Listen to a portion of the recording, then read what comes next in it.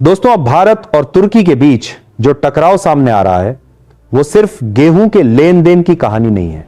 यह कहानी है कुदरत के कहर की, जिसे भारत आज तक भूला नहीं है। आज पूरी दुनिया की नजरें एक ऐसे देश पर टिकी हैं जो अपने 65 साल के इतिहास के सबसे भयानक दौर से गुजर रहा है। एक ऐसा देश जहां खेत सूख चुके हैं, नदियां दम तोड़ रही हैं और जमीन धीरे धीरे रेगिस्तान में बदलती जा रही है। हालात इतने खराब हैं कि संयुक्त राष्ट्र तक ने चेतावनी दे दी है कि अगर हालात ऐसे ही रहे तो साल 2030 तक वहां पीने का पानी तक खत्म हो सकता है। आप सोचिए, एक पूरा देश पानी के लिए तरस सकता है और वही देश आज भारत के गेहूं के लिए हाथ फैलाए खड़ा है। इस देश का नाम है तुर्की। आज तुर्की मजबूरी में भारत की तरफ देख रहा है, लेकिन कहानी इतनी सीधी नहीं है जितनी दिखाई देती है, क्योंकि भारत के लिए यह सिर्फ मदद का मामला नहीं है, यह इज्जत, भरोसे और धोखे का सवाल है। सबसे पहले समझते हैं कि तुर्की की हालत इतनी खराब क्यों हुई। बहुत से लोग सोचते हैं कि तुर्की तो खुद गेहूं उगाने वाला देश है, फिर उसे परेशानी क्यों हो रही है। असल सच्चाई यह है कि तुर्की हर साल लगभग 2 करोड़ टन गेहूं पैदा करता है, लेकिन वहां की आबादी इतनी ज्यादा रोटी, ब्रेड और आटे पर निर्भर है कि यह गेहूं उसके लिए काफी नहीं पड़ता। नतीजा यह होता है कि तुर्की को अपनी जरूरत का करीब 60 से 65% गेहूं विदेशों से मंगवाना पड़ता है। हर साल अरबों डॉलर सिर्फ गेहूं खरीदने में खर्च हो जाते हैं। इसी वजह से तुर्की आज दुनिया का चौथा सबसे बड़ा गेहूं आयात करने वाला देश बन चुका है। अब तक तुर्की की सबसे बड़ी उम्मीद रूस और यूक्रेन थे, लेकिन जैसे ही रूस यूक्रेन युद्ध शुरू हुआ, पूरी सप्लाई चेन टूट गई। जहाज रुक गए, सौदे अटक गए, गोदाम खाली होने लगे।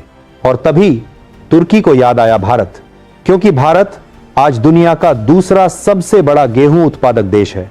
भारत के पास स्टॉक भी है, काबिलियत भी है और जरूरत पड़ने पर मदद करने का रिकॉर्ड भी है। 2024 में भारत ने कई खाड़ी देशों को लाखों टन गेहूं भेजा। एशिया और यूरोप के कई देशों को राहत दी। दुनिया ने भारत को एक जिम्मेदार राष्ट्र के रूप में देखा। तो फिर सवाल उठता है, जब भारत सबकी मदद कर रहा है तो तुर्की को गेहूं क्यों नहीं दिया जा रहा। यहीं से कहानी का असली मोड़ शुरू होता है। अब आपको ले चलते हैं साल 2022 में। उस वक्त भारत और तुर्की के रिश्ते सामान्य थे। तुर्की ने खुद आगे बढ़कर भारत से मदद मांगी। भारत ने भी बिना किसी राजनीति के दोस्ती निभाई। भारत ने करीब 56 टन गेहूं से भरा एक जहाज तुर्की भेज दिया। यह गेहूं ड्यूरम किस्म का था, जो दुनिया में सबसे अच्छी क्वालिटी मानी जाती है। लेकिन जैसे ही वह जहाज तुर्की के बंदरगाह पर पहुंचा, एक ऐसा झटका लगा जिसकी किसी ने कल्पना भी नहीं की थी। तुर्की ने अचानक ऐलान कर दिया, हम यह गेहूं नहीं लेंगे। कारण बताया गया, भारत के गेहूं में रूबेला वायरस है। बिना किसी ठोस सबूत के, बिना किसी जांच रिपोर्ट के पूरी खेप को वापस लौटा दिया गया। दुनिया के सामने भारत को बदनाम करने की कोशिश की गई। ऐसा दिखाया गया जैसे भारत खराब और संक्रमित गेहूं भेजता है। यहीं से भारत को समझ आ गया कि यह सिर्फ व्यापार नहीं था, यह एक राजनीतिक चाल थी। और आज वही तुर्की जिसने उस वक्त भारत को अपमानित किया था, आज उसी भारत के गेहूं के लिए तरस रहा है। आज तुर्की के गोदाम खाली हैं, महंगाई आसमान छू रही है, लोगों को रोटी तक महंगी मिल रही है। और अब तुर्की को याद आ रहा है कि भारत के पास दुनिया का सबसे भरोसेमंद गेहूं है। लेकिन सवाल यही है, क्या भारत इस बार भी चुपचाप मदद करेगा या फिर 2022 में हुए अपमान का जवाब देगा? क्या भारत सिर्फ व्यापार देखेगा या फिर यह याद दिलाएगा कि दोस्ती में धोखा करने की कीमत चुकानी पड़ती है? इस पूरी कहानी का फैसला अब भारत के हाथ में है। आगे क्या होगा? भारत तुर्की को गेहूं देगा या नहीं, और अगर देगा तो किन शर्तों पर? यह सब जानने के लिए वीडियो को आखिर तक जरूर देखिए और ऐसी ही गहराई से समझाई गई बड़ी खबरों के लिए चैनल को सब्सक्राइब जरूर कीजिए। इतना ही नहीं, तुर्की की कहानी यहीं खत्म नहीं होती। जब भारत ने अपना गेहूं वापस मंगवा लिया और तुर्की ने उसे लेने से इनकार कर दिया, उसके बाद तुर्की ने जो किया उसने पूरी दुनिया को चौंका दिया। तुर्की ने अचानक एक अंतरराष्ट्रीय नैरेटिव बनाना शुरू कर दिया। उसने दुनिया भर में यह फैलाना शुरू कर दिया कि भारत से गेहूं खरीदना सुरक्षित नहीं है, भारत का गेहूं बीमारी फैला सकता है, भारत ने संक्रमित गेहूं भेजा है। यह कोई सामान्य बयान नहीं था, यह सीधा सीधा भारत की साख पर हमला था।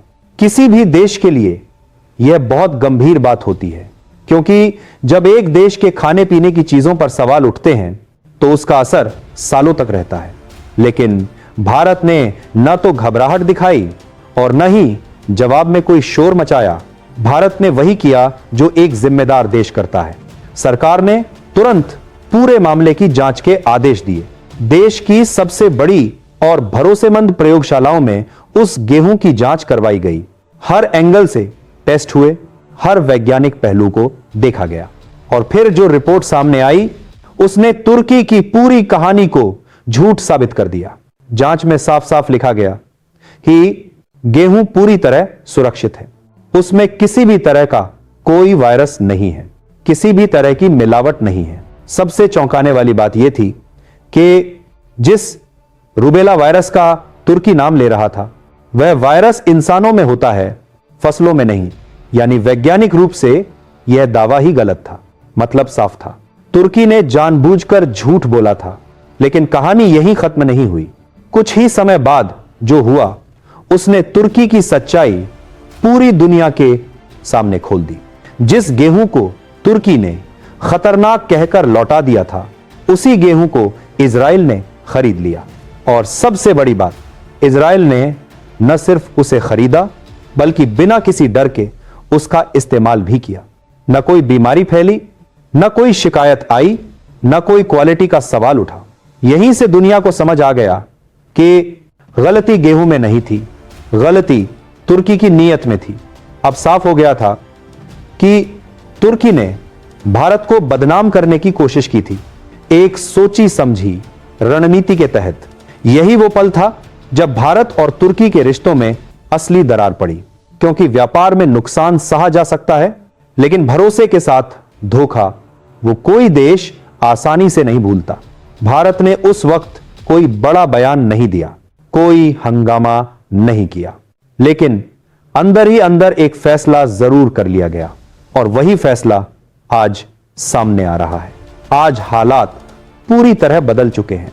तुर्की गंभीर संकट में है, सूखा अपने चरम पर है, खेत सूख चुके हैं, अनाज की कमी हो चुकी है, महंगाई बेकाबू हो चुकी है, लोगों को रोटी तक महंगी मिल रही है। और ऐसे वक्त में तुर्की को सबसे ज्यादा जरूरत है भारत के गेहूं की। लेकिन अब भारत ने दूरी बना ली है। मीडिया रिपोर्ट्स के मुताबिक भारत ने तुर्की को गेहूं देने से साफ मना कर दिया है।